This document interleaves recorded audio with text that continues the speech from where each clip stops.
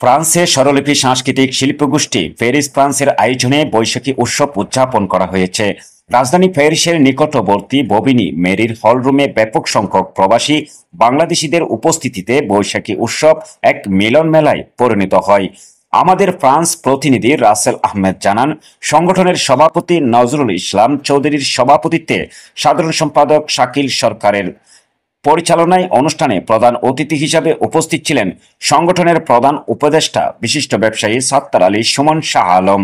এছাড়া বিশেষ অতিথি হিসাবে উপস্থিত ছিলেন ববিনি মেরির মেয়র আবদেল সাদি। এছাড়াও উপস্থিত ছিলেন স্বরলিপির উপদেষ্টা অবনী চন্দ্র দাস গোপাল, মোতালিব খান, আমিন খান হাজারি, সহসভাপতি পুষ্পারানী দাস, মাহমুদুল হক, আলী আক্কাস, নাসির উদ্দিন আহমেদ সহ আরো অনেকেই।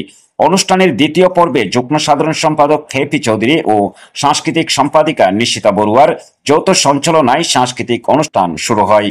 অনুষ্ঠানের শুরুতে ভায়োলিনের সুরে জাতীয় সঙ্গীত পরিবেশন করেন নতুন প্রজন্মের শিশু শিল্পী আরশি।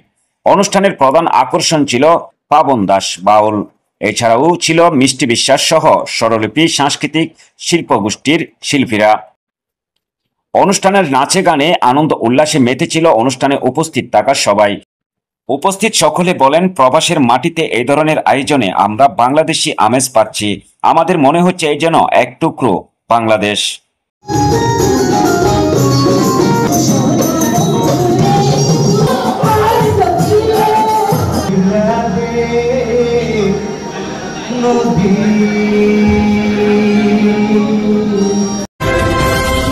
বাংলা নিউজ 21 চেতনায় সত্য প্রকাশে অঙ্গীকারবদ্ধ।